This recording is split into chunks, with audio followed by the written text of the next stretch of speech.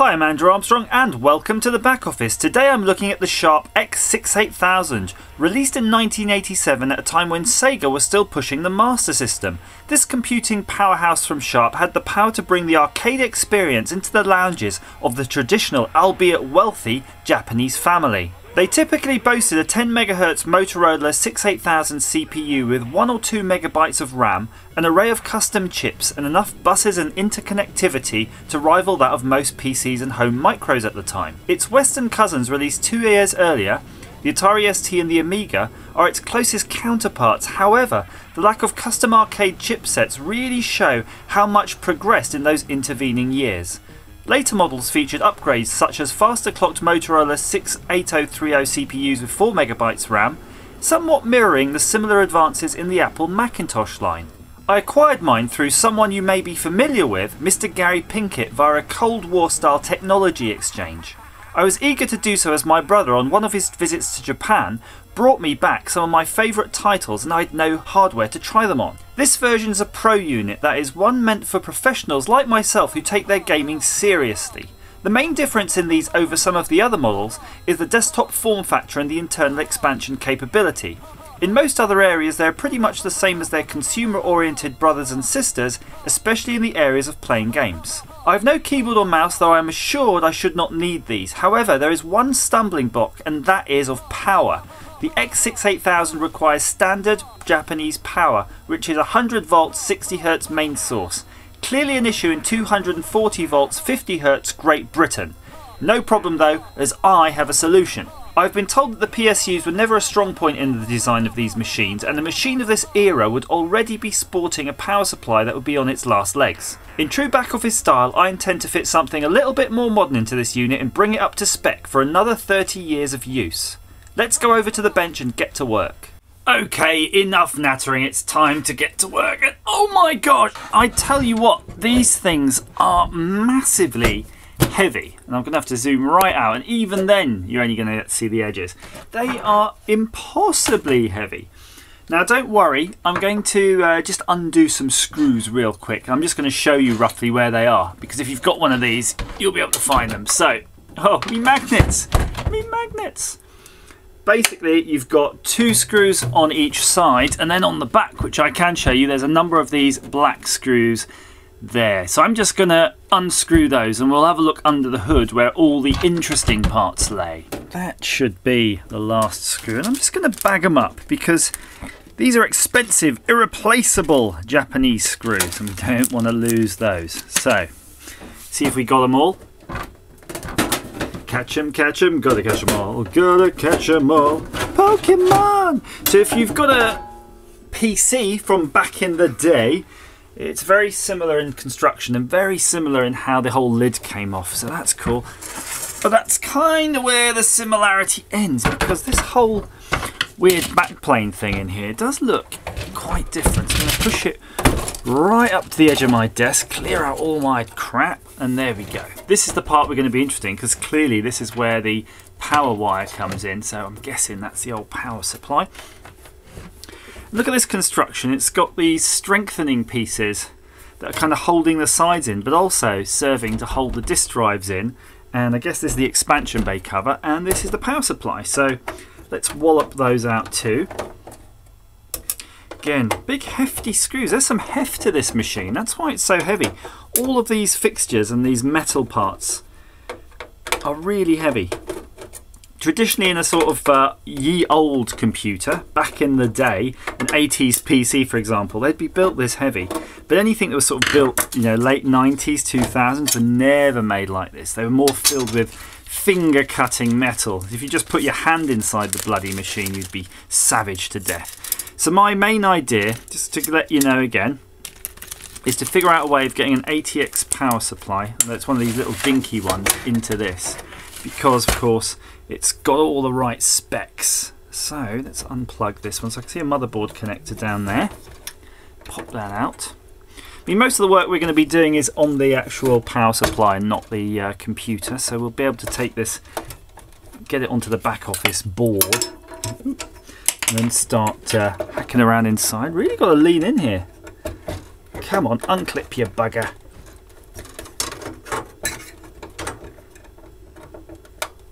there we go. Helps if you unclip it the right way.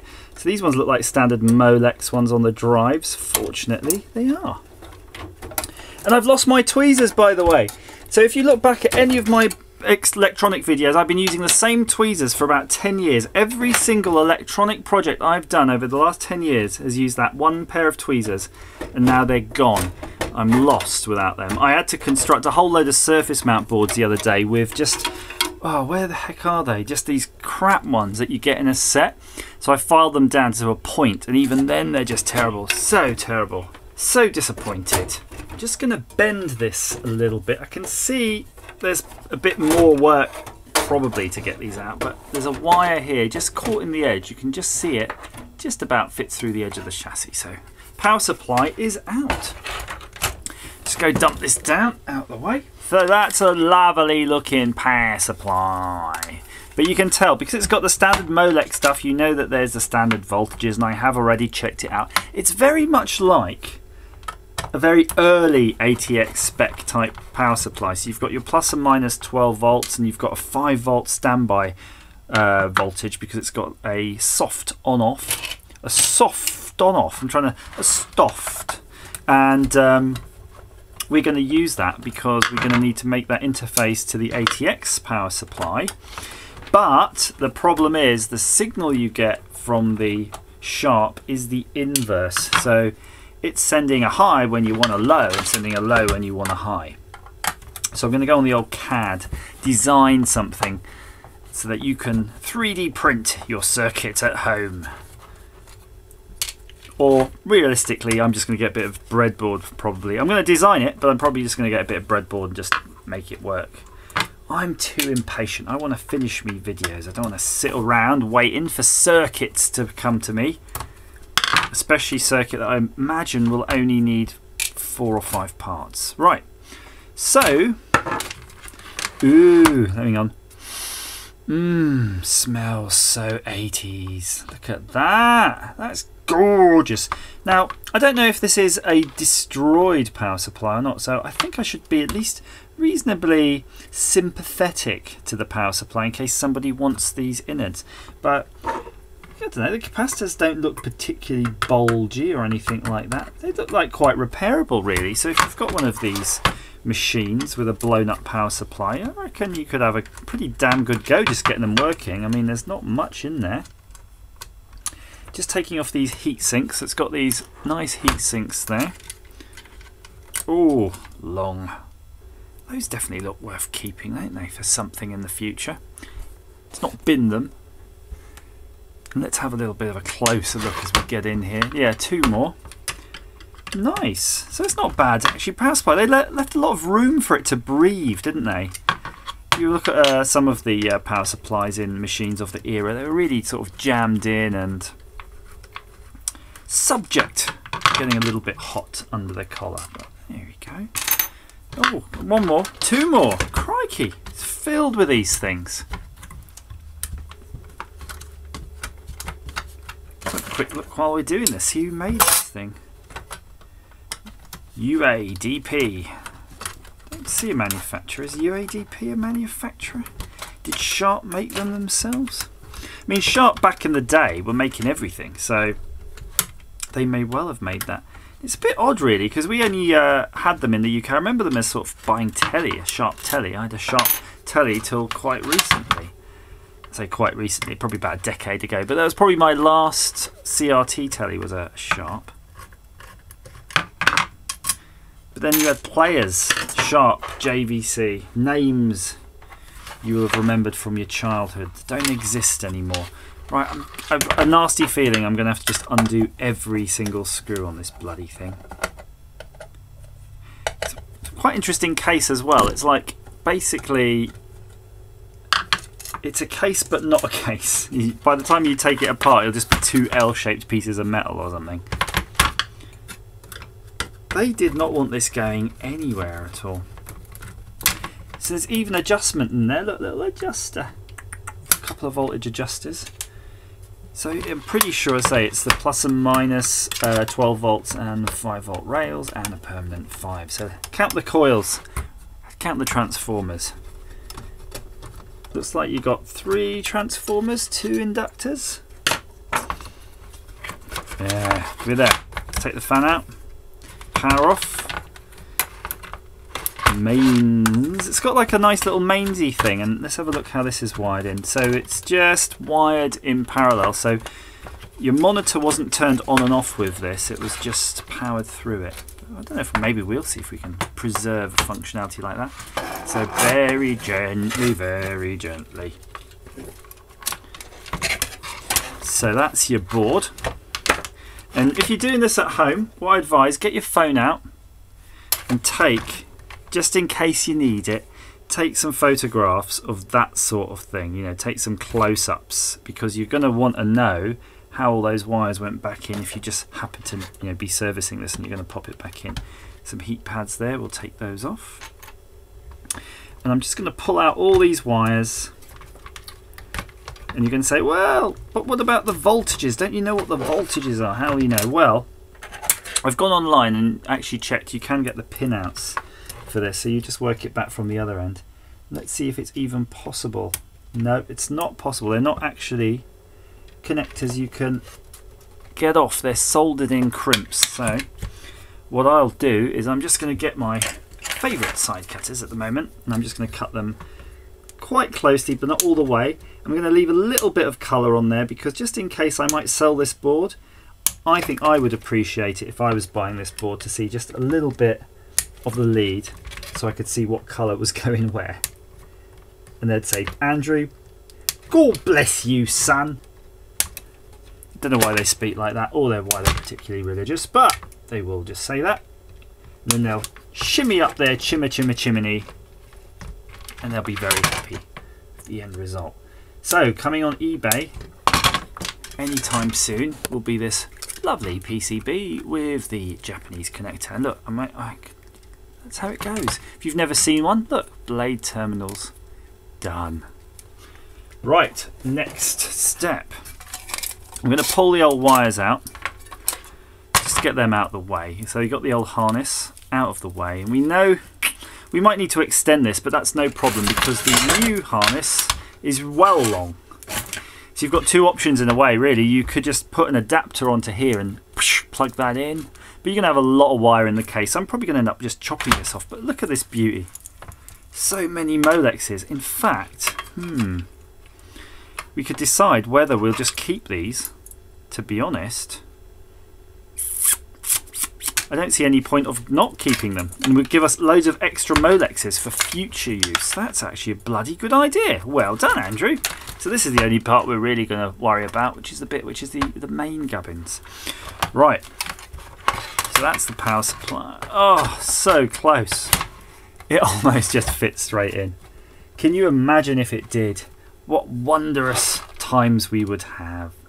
But I like the idea, though, of having it, you know, totally stock looking from the outside. So we're going to have to route it through this end. Now, just to let you know how the airflow is going, it's coming through this side and it's going across there because it's blowing out through these vents. So that should be plenty of airflow for our new board, although it does have this rather large fan in it.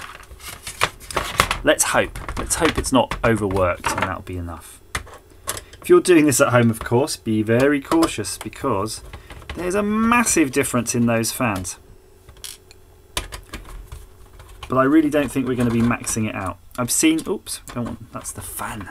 That's the fan screw. I really don't think we're going to be maxing it out at the full whack, because I've seen people using all sorts of pico power supplies and all sorts of stuff to hack their units, getting their sharp. It's working. Okay. So gubbins. We want to de-gubbins this. Void if removed. Hey! Hooray! So that's quite nice, isn't it? And that's got a connector in there. I'm just looking at the fan connector to see if we can kind of make sure it goes the right way round. There's a positive and a negative on it, so I'm just going to clear some wires out of the way so we can sneak in there. I just want to sneak in there with a pen if we can. So the fan is negative and positive. Fan. just like that, because I don't want to cut the connector off the fan just yet. We want to keep that. Good. Clear. Clear sailing.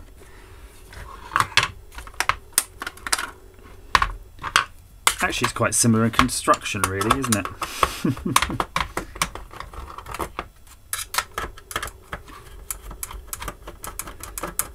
It's almost a shame about the geometries of the wire. I might even test it in the case a bit before I totally finalise my solution, because I could just solder the old harness straight onto this board.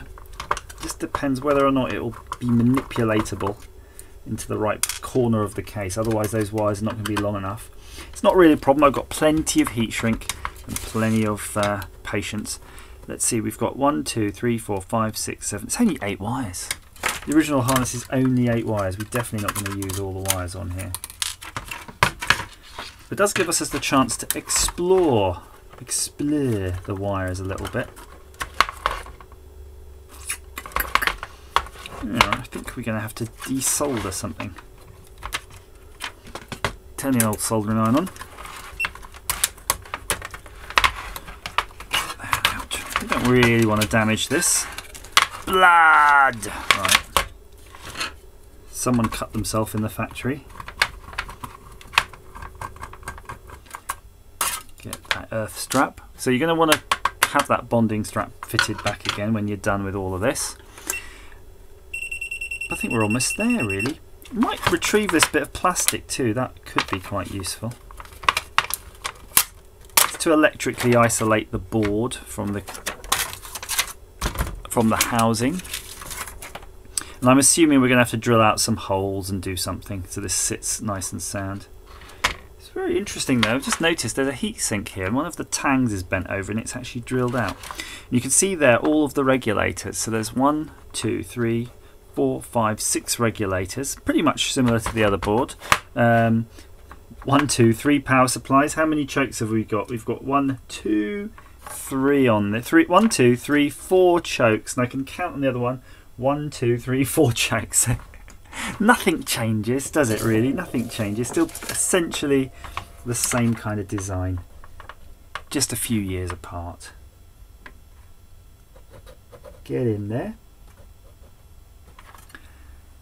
This could do with a bit of flux. I haven't got some flux handy, so I'm just going to use some fresh solder because fresh solder contains flux and it will do the same job.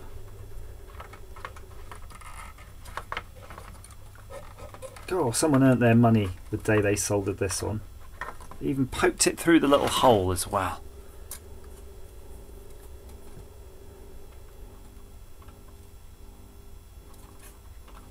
So you might want to pay attention to which sides these came off so you can put them back on the right way, the live and the neutral. And I'm not going to hazard a guess at the moment. I've got too many hot things in my hand. Right, let's have a look. So the white was on the neutral side and the black is live. So the black is live and the white is neutral. I'm going to write that down. Black equals live, white equals neutral. Why did I spell white so badly? Right, good. Just pop that out because we're going to need to reuse that.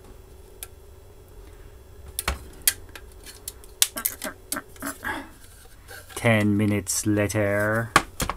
Got myself a little bit more organised. So that is the exit port. So we need to always be cognizant of that exit port. So really, if we could fit this that away, that could be quite doable.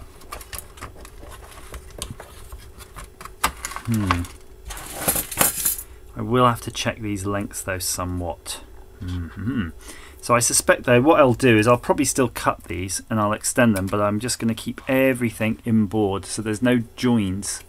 So this wire will effectively seem a bit longer because it'll just be joined up to that point, but all the internal stuff there. And if I'm going to do that, do I really need to worry about where this goes? So there is actually a PCB retaining mechanism in there. You'll see that there are these little clips to actually hold the PCB. I don't think it's quite wide enough to engage in them, but we can try. And there is a hole here which we could screw in, which might just match with that hole. It does indeed, so yeah. But there is another big but here. I like big, well, I don't really like big butts when it comes to this sort of thing. We also have the main socket to fit if we want the old kettle lead solution. I think we do. I like the old kettle lead. So thought needs to be put into this, I'm afraid. It's not just a quick wham bam, thank you Uncle Sam. Now, the problem I've got as well is I can't get this bloody thing out, so I'm going to have to go and get some tools and really just extract that first. Dinner break! Today's special menu is mushroom omelette with tomato and baked beans. Do I see a little bit of ham in there? Oh yes. Oh, oh, oh. That took a little bit of effort to get it out, I'll have to admit. It wasn't the most finessed approach. But side cutters, I say side cutters, they're actually sheet steel cutters, do work when you need them to. So we need to pop that little thing in there. I don't think we have, well, we can use this as a template. It's not necessarily ideal. Try not to destroy it too much and you'll be able to get some use out of it. Be very careful though, it's very thin metal. Again, compare. Thick metal, dangerous razor sharp tin foil. So just get yourself your pen. Let's see. Just compare where the openings could go. I'm going to try to just, I don't know. This one we're probably not going to be able to use for anything useful, but let's keep away from that corner if we can. So we'll just line it up to there. And then take our pen and do that. That's basically it. That's the bit we're going to have to nom out. This has got a slightly cleaner edge, so I'm going to see if there's a way to turn it round. Yeah, I mean, it's close enough. We're going to have to probably work it with a Dremel or something. So I'm just going to mark that there. No idea how I'm going to remove this, because the metal is so thick. I would just normally use some sort of snips. Sheet metal snip. Oh, let's try. I have a feeling, and these are my old nasty pair anyway, that you're not going to be able to get away with that. No.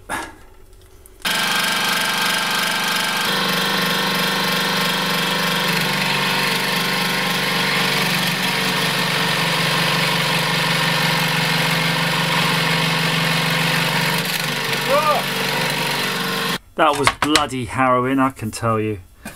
Whew, I thought I was going to lose my finger several times. Still, the hole is done.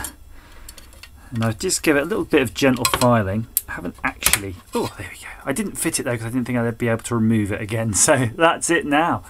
Ooh, that looks nice. Not decided yet how I'm going to deal with that at the moment, but I think we're alright. Could actually 3D print a little thing that slots in there to cover that if you're that keen. Which I'm not. So let's have a look at the case. So now it's all totally dismantled. It does give me a bit more chance to have a proper eyeball. Looks like, you know, really we're not going to get by this fan though. There's no two ways about it. However we mount this, we're not going to get by this fan. But I do want to make sure we get underneath that thing. So let's just try it here. So imagine there it hit that, you couldn't fit it that way. The reason I've got it this way is that there's no real harm, there's no need to have these cables really coming out the other end apart from, you know, airflow reasons, because I don't think it affects things too much. But let's just see. We're going to try it this way.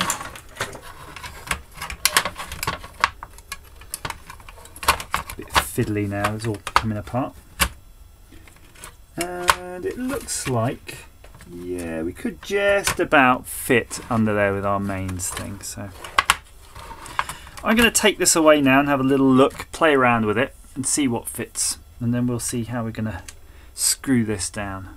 Upsy daisy, here I come. I'm the only upsy one. I'm the only daisy too. Ipsy upsy daisy do. I've had a look at this. I've marked out 4 holes because I'm going to drill through this and just screw that onto that. Now what I really intended to use was some of these metal standoffs, but the problem is they take a tiny screw which is too small when you compare it to the hole in the board that we're trying to fill, which means I need washers. I don't have any washers, so I'm going to go the optional other route, which is use these, which look cool as hell. They're sort of long Allen things, and you can see from the outside they're going to look absolutely awesome. The only thing is they've got massively long posts, so you're kind of stuck between a rock and a hard place. So my kind of thinking right now is to drive these up through here, put a nut on there to keep them in place, put the board on, and another nut on top. And I could cut these down before I fit them. So if you're going to do that, wang a nut onto that, cut it, and then remove the nut, and that'll clean up the thread if you're going to do that. Or, you know, I don't know, I just might be lazy and just leave them as whole posts. I mean, it doesn't really affect anything. They're not really going to flop around and touch anything, so I think they're probably alright. If you need to attach a grounding lug to something, they're there. So I might just do that just because I'm a lazy bugger. So I'm going to go drill this out now. We'll try that.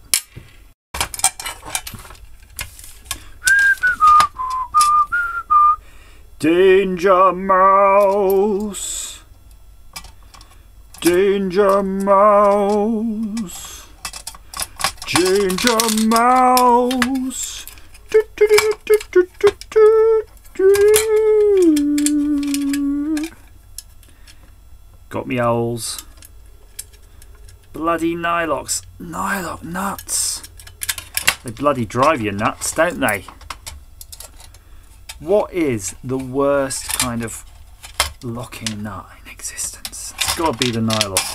Fails under temperature, doesn't it? It loses its locking ability under nylon melting temperatures.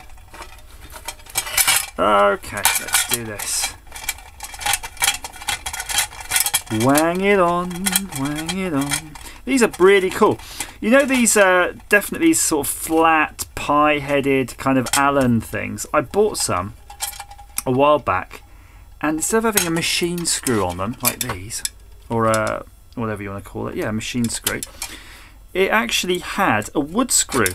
So you can just make stuff out of regular materials and then give them a really funky, Fast and the Furious style Allen head. And that just looks so cool. I used it in that basically scrap arcade build. Yeah. See if you can get you should time this. What you should do in life is do something once, time it, and then see if you do it the second time round fast, okay? How exciting.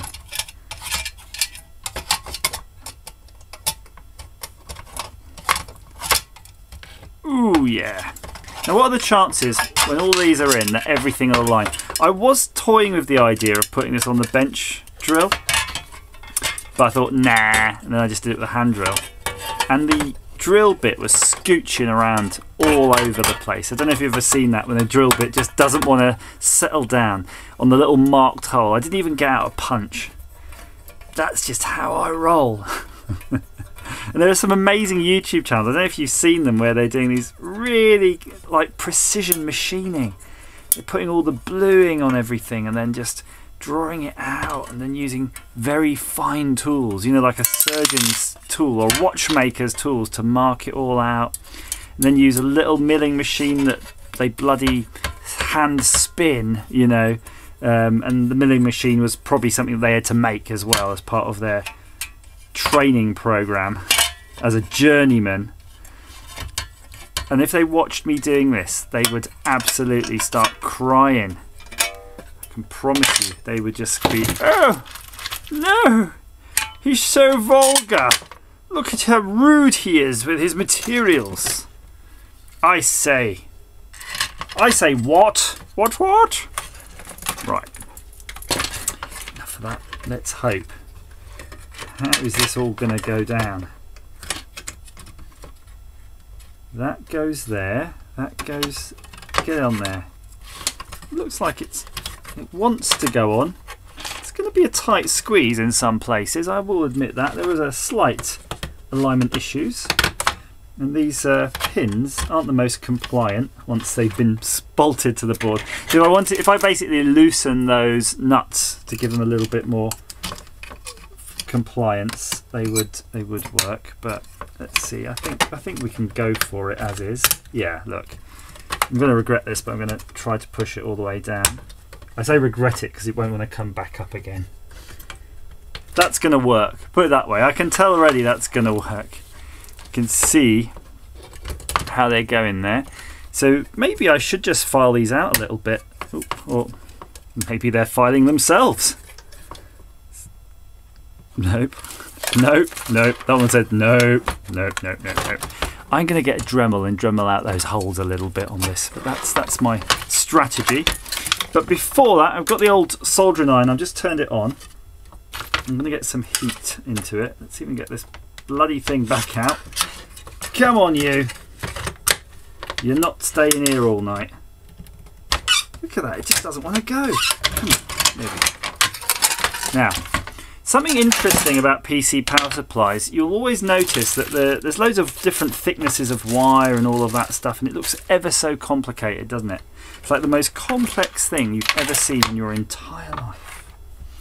But it's not quite. Because if you flip the board over, you'll see that most of these power rails, they all actually terminate in the same place. So all the yellows come from there, all the reds come from there, all the blacks come from there. So you can quite easily desolder those. All of the oranges come from the next one. And is it actually marked? Yeah, look, it says plus 12. The blue is the minus 12. The red says it's plus 5. The black says it's ground. The orange says it's 3v3. Grey is PG, which I think is power good, maybe? Power ground? VSB, whatever that one is. And then there's PS on, could be power signal on. And then this one is a 3.3 VS. Where's our minus 5? Didn't we need a minus 5? Oh, scared myself. There isn't a minus 5. Woohoo! Woohoo! Okay, so what I think I'm going to do is just to simplify everything, I'm just going to remove most of it. Do you see what I mean? I'm just going to remove most of it, and I'm just going to leave the ones which aren't really identified right now. So I'm going to clip, soldering iron. I'm going to clip the PG there. I'm going to clip the purple one. I'm just going to clip them where I can see them and more or less get to them. And the brown right there. So I know I did say I was going to keep the Molex connectors on, but they're all just... it's a whole mess of cables right now. Yeah, I suppose I could do that. Hang on, let's do that. If we're going to do it sensibly, let's do it sensibly. I don't want to make myself out to be a liar, you see. So I've got to do this. I've got to do it. So we don't need this motherboard power connector. These are quite handy though. Don't throw these leads away. I've actually needed them before, because sometimes you'll buy a power supply, and the power supply you buy might not have the legacy connector, but now you can solder it back on. So I've just got some flux here. I still haven't got a brush for it. Get your flux on with the back office show. Right, we're all fluxed up. Right, go for it.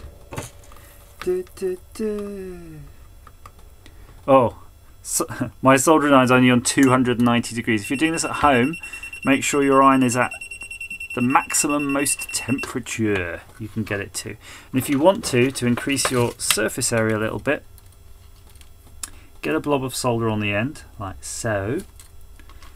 And you get ready for your pull-in, and then hold that on there. And that solder on the end is going to act as a conductor of heat. Get you some heat into that board. So that's the wires gone. That came off. So we got that off. And I'm just trying to trim these down. You know, it's hard to actually find all these things. That's why I'm almost tempted just to pull all the bloody things out. I think I will. I'm going to pull everything back out and just solder back in what I want. And that will probably include those Molexes. But you can see how easy it is to do it that way. Way easier, right, than trying to do it one at a time. Just going to grab all these reds now. And there's a blue there on the -12. There seems to be one yellow still hanging in there. So you can see this one is one where I didn't have the solder and it's taking a little bit longer to get going. It'll get there. So we've got something still holding on here. We've got a yellow. Come on, Mr. Yellow. That's it. And then we've just got our -12 right there. Now we're cooking with gas. And we've got all of those to get off.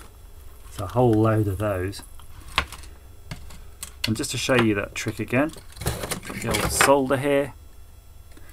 I'm going to put a big old blob on it. Get that on there. Let it start conductilating. Because this is a whole mass of metal we're going to need to heat up to even have a hope of starting to pull these out. It's nice.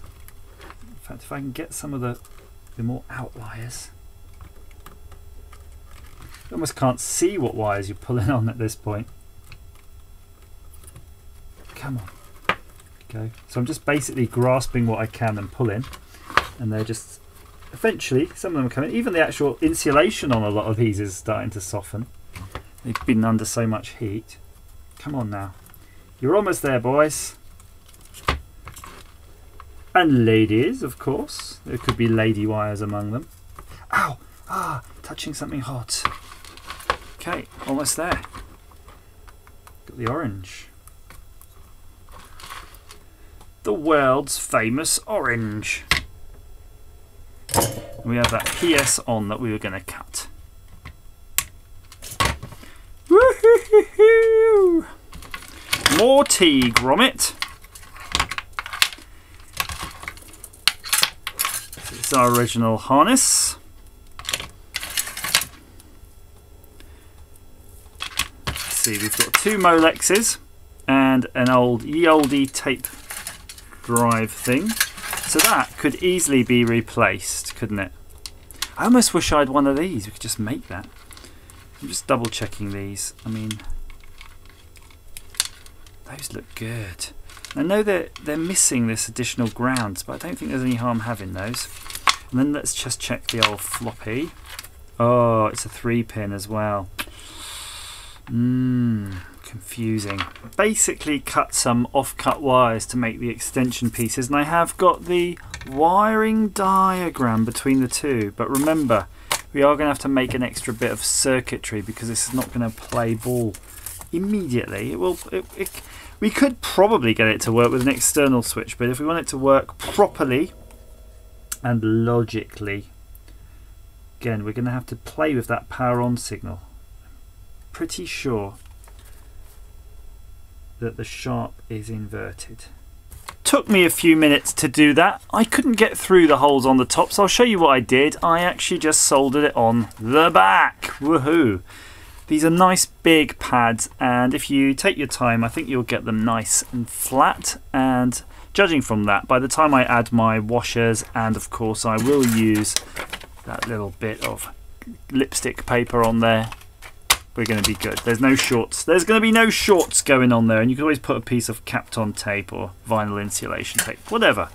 Now, I do have 4 wires outstanding, and basically I've got a +5, a ground, and this is the power on signal, and this is the power on signal from the computer. And remember, they are not compatible, so we need to invert this one so that when this one has an on of 5 volts, this wire sees a 0 volts, and then when this wire has a 0 volts, this wire must see a 5 volts. So that's what I'm going to have to work out.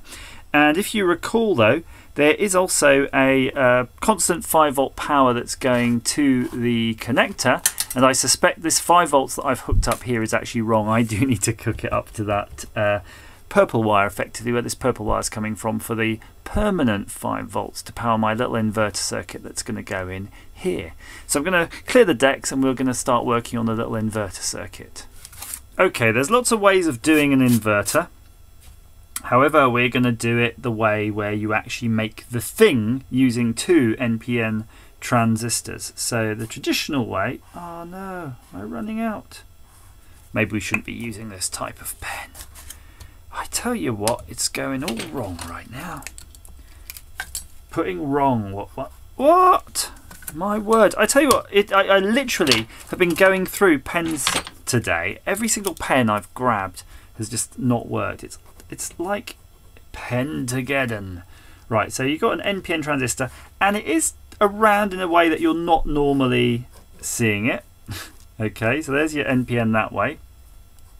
And you're going to put something like a 4.7K and you're going to hook that up this way. And this is going to be plus 5 volt rail basically here.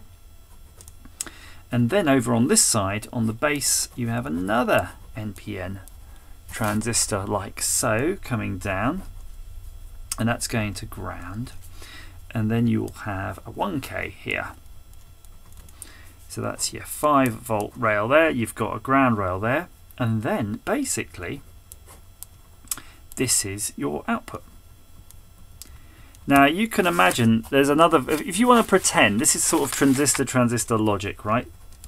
So if you want to pretend though you didn't have this part, imagine you've just got a input here coming in. So basically, when you put the input here, you're going to be saturating this transistor so it'll pull hard down. So you can imagine when this bit isn't on, this part is seeing 5 volts. So when you've got 0 volts here, the output will see the 5 volts through this 1K. And then when you put a voltage on here, the transistor will come on and pull this down, so acting like a switch between here and here. And then that's going to be the path of least resistance basically for your current. So then this one will see 0 volts, so that switches that. And then you've got this weird arrangement, and I have to admit this part here I never really understood. We'll have to test that one day to figure out how that works. I've actually put it into a simulator. It's on my Twitter. Go look at my Twitter, and it does simulate. It does everything as you expect, but I never really got this part of what's going on here because it almost feels to me a bit like magic, like the current is flowing the wrong way through the transistor. But let's not worry about that. We're just going to put all the bits together and make it in as small as package as you can. I've gone on to Eagle and I've played in Eagle and actually designed a small PCB, so you can actually make a PCB to do this. But I'm probably just going to do it in Veriboard, and actually I'll be testing this out live in this video. Found me my parts, got me 2 transistors. I found some BC548s, and you can see the little diagram here of the collector, the base and the emitter, and that's pins 1, 2 and 3 accordingly. And what I've done, I've actually labelled up the diagram, so if you want to have a look, a closer look, you can see that's the transistor layout and that's the transistor there, and these are the 2 here. The pin numbers, look, I've written the little pin numbers here all over the shop. We've got our 4.7K resistor and our 1K resistor too. So we've got all the bits in the shop, as it were. And I've got a tiny bit of Veriboard. Now, I'm never successful laying stuff out on Veriboard. I'm going to be brutally honest with myself on that. I tend to just sort of shove stuff in and not really work it out. But I promise I'm going to have a go now and seeing how I can lay this out reasonably well without using a designer. And then we'll be able to solder that in and hopefully get our inversion, and then it'll be time to actually test the power supply outside of the machine, but test it nonetheless. This is the final result. Look at that, isn't it snazzy? I could have made it so much smaller, but that's fine, it's not too bad. So you've got the in here, you've got the out here, you've got the ground rail here, and this rail at the top where the 2 resistors are your 5 volts. So I should have a little look through again. Let's just check. So I'm going to go through the circuit here. So you've got the incoming here to the emitter of this chip, which is right there. Yes, that's good. And beyond that, it shouldn't go anywhere else actually. So I probably ought to cut the PCB at that point. Good. I checked, so always make sure you check your workings, especially on Veriboard because you've got these circuits that go through. Ding! So that's good. So you've got the emitter that just goes to the input goes straight to the emitter and nowhere else because we've cut the PCB right there. And then we've got the base, and the base here is connected to this 4.7k resistor up to this 5-volt rail there. So let's just check. We've got this 4.k resistor up to the 5-volt rail there, and I'm going to flip it back over and check. That's our base. It doesn't go anywhere else. It's cut off from the rest of society. That's good. And then that only leaves our collector, pin 1 here. And you can see there's nothing on the top connected to pin 1, so I'm going to flip it this way, and that's pin 1 running that away. That's going that away. And then now pin 1 though has to connect to the emitter, which is pin 2 of our second chip. So we have to connect that to pin 2, and we look here and we go, ooh, actually nothing's connected to pin 2.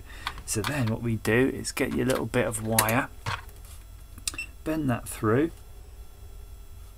and let's have a look now. So we said we need to connect our pin 1 of this one to pin 2 of that one. So just putting it in, basically a bit like a solder jumper here, a solder link. We're just going to put that between those two, and we're going to push it through. Just going to check the other side and go, yep, that looks pretty good. In fact, it doesn't look good because, no, it is good. No, because we've put it right where the other base thing was. We put it right on the collector, didn't we? Sorry, the emitter of the other transistor. So we need to put it in at an angle. What a mistake to make. What a mistake to make.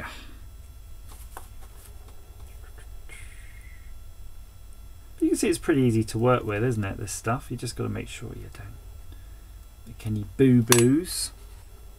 And yeah, that is looking better. That's going to go fine. So let's solder that in place. Oh, dirty soldering there. I've created a bridge where I didn't want one. If your VeriBoard's misbehaving like mine is, it's because it's dirty, like as in literally filthy. So just give it a wipe. It means it's tarnished because it's been sitting in your shed or your garage for too long. So let's give that a clean up. Clean up, mother brand. Clean up, mother brand. Okay, good. Now, where were we? So the collector of transistor 1 is going to the base of transistor 2. So we're going to check that again. The collector, this one, is going through there, and then we're jumping it across diagonally to here, which is pin 2, which is the base of that, which is good, yes. Then pin 1 of that, which is the collector, is going via this 1K here up to the 5-volt rail, which is exactly where we want. That's 5 volts coming in. So we should have an output also from that junction, and I have marked out from there too, which is that junction. And then all that remains is the emitter on transistor 2, which is basically ground, and I've written ground there. It's not connecting to anything else. So I think that is good enough now to solder in, risk soldering in. Now you can test all of these, of course, on the bench, can't you, if you really are keen and not as brave as me. But I would suggest be safe. Don't be foolish. Just test it on the bench, unlike me, because if you blow up this, you might blow up everything. You might ruin your power supply. If you're not careful, you might try it in your sharp. That might blow up too. It's just going to be a whole blowing up catastrophe. I'm just going to tack that wire on there. Just make sure you don't get any shorts either when you're doing this. Don't like it. Output. So remember we have that output pin we just defined there. And you could do it properly. If you want to solder, do your VeriBoard nicely, you could do it really nice and put the wires in from the top, how you should, make it all neat. Or just do like I do it. Just tack it straight on the bottom. You'll be good as long as you don't accidentally short it to anything else. And just double check, because I've just even seen there one little loose bit of fibre, one little wire. It's going to cause all the problems. So there, that's pretty much it. Where could we mount this? So you've got kind of options, I suppose. You could try to make a little enclosure for it. That could be good. Or hot glue it to something. Or wrap it in some tape. In fact, I would say if you've got tape, it is nice to sort of do a bit of strain relief on the wires. So I will do that anyway. Let's tape those in while I consider my options for boxing this up. You could 3D print something. All sorts. Ooh, hang on. What if you get a game box from an old computer game or SD card? That would work quite well. In fact, let's turf out all these useless things. See how that would fit. As long as it fit over the transistor, that would be good. Meanwhile, keep our dead cards away. Right, so I'm going to just get the box together and we'll start putting it all in. Okay, it's quite exciting. We actually have live mains here. This is now nicely in the box. I haven't put in the nylock nuts yet because I don't really want to stick this down until I'm sure it works, because it's going to be a nightmare to get it back out. But I have routed the wires through the channel here. I've put a big ass cable tie on there as well to act as strain relief, so you're never going to yank that out. I might just add another cable tie across here so these don't ever fall into the fan. And that should be it really, and then I'll work out what we'll do with this, bit of glue or something. So the bit we need to test now though is that this kind of works, so it's a little bit worrying. So we're going to just clear out everything here, and I'm going to basically add the power is disconnected now, so we're going to plug the power in. So the power now is there on, and I'm going to turn on the mains power supply. Huh. I saw it. The fan came on briefly. See if it. And that was it. It's gone off. Okay, right. So let's now test our power rails. So we should have on the connector our 5 volts going to the orange wire. Let's have a look. Yes, we do. We have it. We have 5 volts going to the orange wire, so we do have that. And then I'm going to check now, what's our voltage on our power on wire? If you remember, it's the inverse. So currently it says it's got 0.7 volts on it. So let's try pulling that down to ground. Ooh! Ha! The fan came on briefly and then the fan stopped. Let's try that again.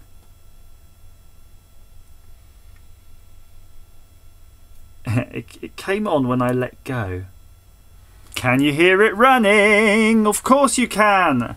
It took me a bit of fettling, but I figured out what it was. Deep inside here, right here, there was a brown wire which was for something called a 3v3s, which I think is a 3 volt 3 cents. And that actually terminated at the ATX connector, so it was disconnected there. So I've added a purple wire between the 3 volts and the 3 volt V3 cents, and it works fine. So be warned, if you cut an ATX connector, you're going to need to hook those up at the source here. And I think the idea is the power supply measures when there's a stable 3v3 at the motherboard and then brings everything back up, and that's why it was conking out.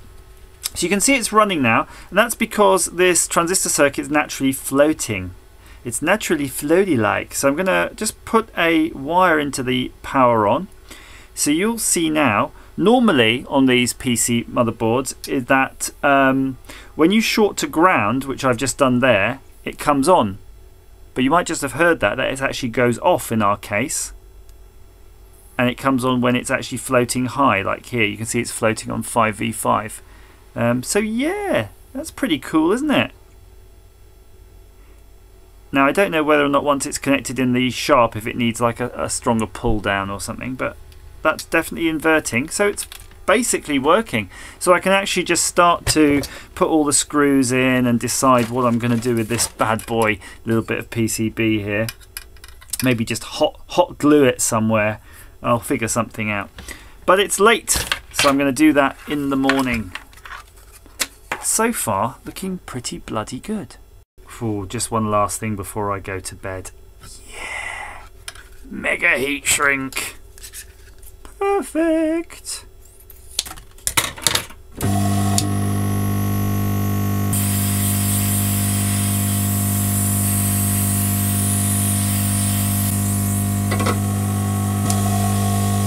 There, that's pretty good, isn't it? Now I can go to bed.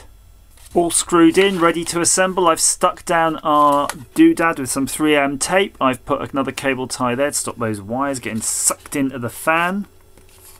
I put our 4 bolts through. Everything's hooked up. Everything's nicely heat shrunk and fitted. So all that's left really is to get this into the case. I'm just going to push the fan connector down one little bit. If you've got a bit of hot glue, you might put that on the fan connector, stop it popping up. I think we'll be okay. And I'm just going to lid it all up. Lid it up. Now, something that could be useful to you boys and girls at home is this. This is the actual case of the existing power supply. So it says Pentium P4 model M-300U ATX switching power supply. So maybe you might be able to find this exact model if you're doing this, or an uprated version of it. So at least you'll know it'll fit inside the same case. So I've just got to pop some of the old screws in, and I've been a little bit slapdash with the screws, so they've been flung all over the desk, but I think I can find them. We'll just shove those in, and then we'll just fit it into the computer itself. So I'll probably just do one last power on though before it all goes in, and I'm sort of considering what to do with this hole. Still considering. I haven't decided yet on that one. I think there's a very high possibility that I'll be able to just push something in from the outside, like a little plug, so I'm not worried about that at all. I don't expect people to be messing around too much on that side. Yeah, put the wrong screw in there. Now, judging how fast that fan runs, I think we're going to be okay for cooling as well. I think that fan on the old unit, although it's a different sort of geometry and a smaller fan, I think it's running pretty fast. It's quite a noisy little fan. Noisy little brute. And I found in the garage while I was rooting around another small fan like that, but thinner, like probably a bit more like the kind you might get on a graphics card. So if necessary, that'll always be an option for me. So we'll just pop in the old last screws here. And I wonder if we're going to use less screws now, because we removed so many things that were screwed into this chassis. So if you end up with a few less screws, don't worry about it. I think that's to be expected. And I think looking at this, really, it's almost totally stock. You know, there's some very few things that are different. The only thing actually I haven't done is hook this on. Remember this little sort of weird floppy drive connector thing? Because I had a look inside the machine and I couldn't actually figure out where it came off. I don't think there was anything with that fitted on it, so I'm a bit reluctant to bother. But I might splice it into one of these.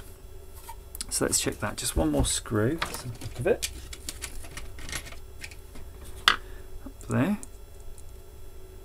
And then this will be nice and tight.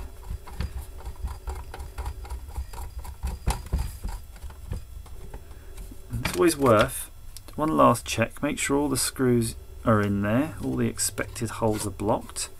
What's nice on this as well is that, remember there was a hole there? That's blocked up now because we have our bit of plastic in there. And remember at the end, the original didn't have this to stop you put your fingers around the corner and shocking yourself. So that's all quite good, really. So now I really will go to bed.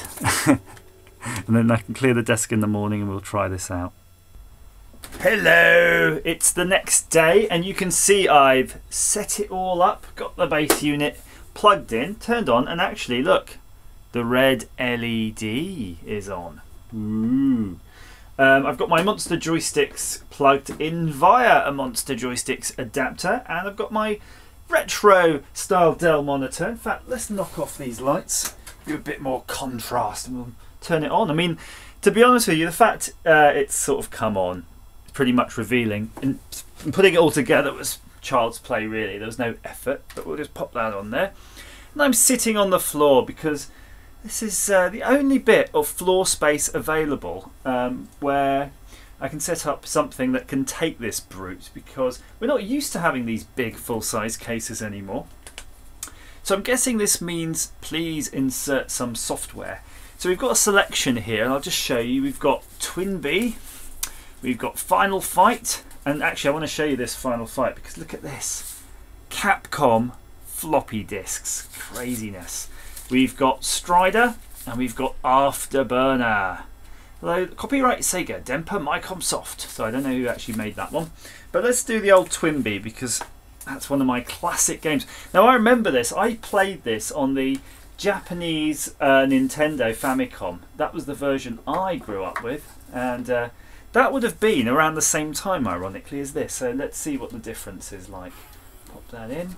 Pop that in. Very weird having motorized floppies, and what's really weird actually is how come they used floppies. This was at a time when you had the Atari STs, Amigas and those machines happily using 3.5-inch discs, but each floppy, if these are high density, and I'm not sure if they are, ooh, hello, bit of volume there, well, used to be 1.2 megabytes each.